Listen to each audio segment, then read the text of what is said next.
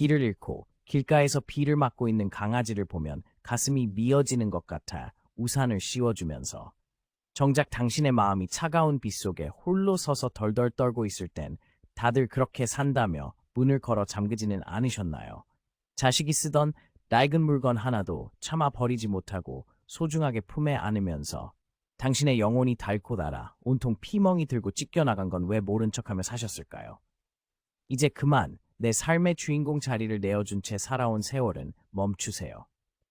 세상에서 가장 먼저 돌봐야 할 사람은 바로 나 자신입니다. 우리는 그동안 착한 사람, 좋은 부모, 든든한 동료라는 이름표를 지키기 위해 나를 깎아내며 버텨왔죠. 하지만 냉정하게 돌아보세요. 나를 죽여가며 얻은 타인의 인정은 그 순간만큼은 달콤할지 몰라도 결국 내 영혼을 갉아먹는 치명적인 독약일 뿐입니다. 오늘따라 거울 속 내 모습이 유난히 낯설게 느껴지지는 않으셨나요? 남들에겐 그토록 관대하면서 정작 나에겐 세상에서 가장 지독한 독재자로 살고 있는 당신의 일상을 들여다보겠습니다. 식당에서 국물이 식어 나와도 혹시나 점원이 무안할까봐 그냥 참고 드셨죠. 명절에 자식들 내려오면 줘야지 하면서 맛있는 고기는 사면서 정작 당신은 유통기한 임박한 떨이 채소로 끼니를 때우진 않으셨나요? 남이 부탁하면 거절 못해서 밤잠 설쳐가며 도와주고는 고맙다는 말 한마디에 모든 피로를 잊고 내 몸이 비명을 지르는 줄도 모르고 바보처럼 웃으셨죠. 몸이 천근만근인이라도 피로를 훈장처럼 달고서 괜찮은 척 외면해 오셨죠. 엄마니까, 가장이니까 라는 이름표 때문에 아프다는 소리 한번 시원하게 못하셨을 겁니다. 직장에서 내 공을 가로채는 동료 앞에서도 허허 웃으며 넘기셨고 친구들의 푸념을 몇 시간씩 들어주느라 내 정서적 에너지는 바닥이 났는데도 고개만 끄덕이셨죠. 새 옷 한 벌 사는 건 수만 번 망설이면서 남의 경조사비는 눈치 보느라 무리해서 봉투를 채우셨을 겁니다. 실수라도 하면 나는 왜 이 모양일까라며 스스로의 가슴에 대못을 박으셨고 남의 기색 살피느라 내 눈이 어디를 향하고 있는지도 잊은 채 사셨죠. 마지막으로 나 자신을 위해 진심으로 크게 웃어본 게 언제인지 기억조차 나지 않을 만큼 당신은 철저히 타인을 위한 소품으로 살아오셨습니다. 우리는 흔히 나를 낮추고 남을 배려하는 것이 미덕이며 그것이 나중에 복으로 돌아올 거라는 달콤한 환상 속에 삽니다.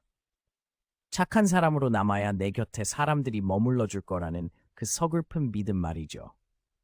하지만 안타깝게도 남의 마음에 들기 위해 나를 지워가는 그 노력이 결국은 나를 서서히 죽이는 독이 됩니다. 타인에게 과도하게 맞추는 행위는 내 삶의 핸들을 남에게 통째로 넘겨주는 것과 같아서 결국 내 스스로 무언가를 선택할 수 있는 자기 결정권마저 잃어버리게 하거든요. 내가 나를 귀하게 여기지 않으면 우리 뇌는 나는 가치 없는 존재라는 신호를 온몸에 보냅니다. 결국 타인의 존중을 기대하며 했던 그 모든 행동이 오히려 타인에게 나를 함부로 대해도 된다는 무언의 허락이 되고 마는 비극적인 역설이 발생하죠. 이 그림자 같은 삶의 끝은 참혹합니다. 평생을 남의 비위 맞추며 헌신했지만 정작 내가 쓰러졌을 때 당신 곁엔 아무도 없을 겁니다. 자식들은 당신의 희생을 당연한 배경으로 치부하고 친구들은 당신의 친절을 만만한 서비스로 기억할 뿐이죠.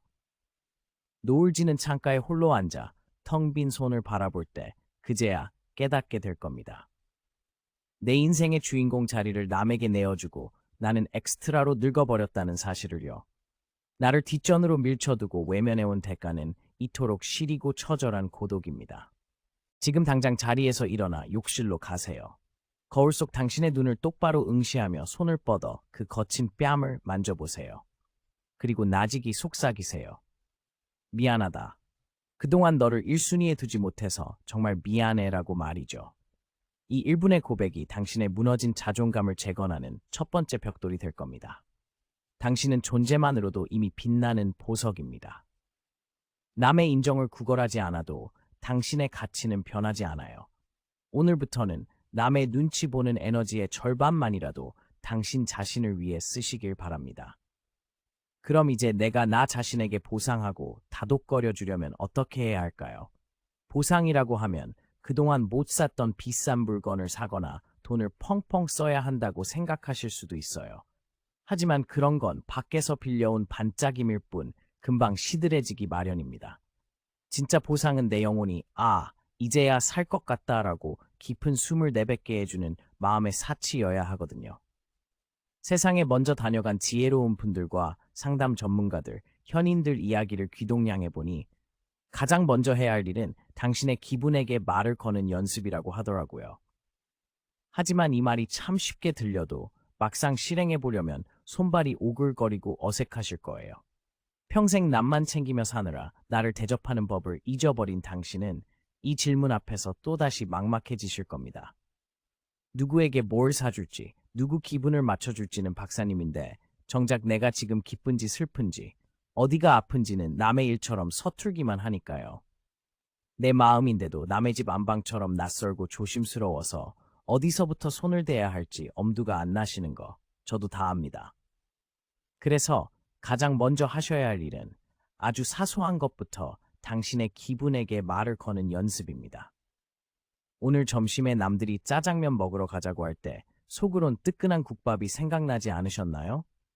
그때 나도 아무거나라고 넘기지 말고 나는 오늘 국밥이 먹고 싶네라고 작게라도 내뱉어 보세요. 내 취향을 드러내는 건 이기적인 게 아니라 타인에게 나라는 사람의 테두리를 알려주는 가장 예의 바른 행동이라고들 합니다. 당신이 선을 긋지 않으면 사람들은 당신의 마음을 운동장처럼 마구 짓밟고 다닐 테니까요. 그리고 하루에 딱 10분만 나만을 위한 성역을 만드세요. 휴대폰도 끄고 가족들 걱정도 잠시 내려두고 오로지 당신의 호흡에만 집중하는 시간입니다. 따뜻한 차 한 잔을 천천히 마셔도 좋고 좋아하는 노래 한 곡을 눈 감고 끝까지 들어도 좋습니다. 오늘 하루도 나로 살기 위해 애썼다고 스스로의 어깨를 토닥이는 그 10분이 당신의 영혼을 치유하는 가장 정직한 보약이 될 겁니다. 우리는 흔히 큰 성공이나 거창한 보상이 있어야 행복할 거라는 착각 속에 삽니다. 하지만 우리 뇌는 아주 작은 성취감과 자기 결정권에서 가장 큰 안정감을 느낀다고 합니다. 남의 비위 맞추느라 마비되었던 당신의 감정 회로를 다시 깨우는 건 이런 사소한 자기 대접에서 시작됩니다.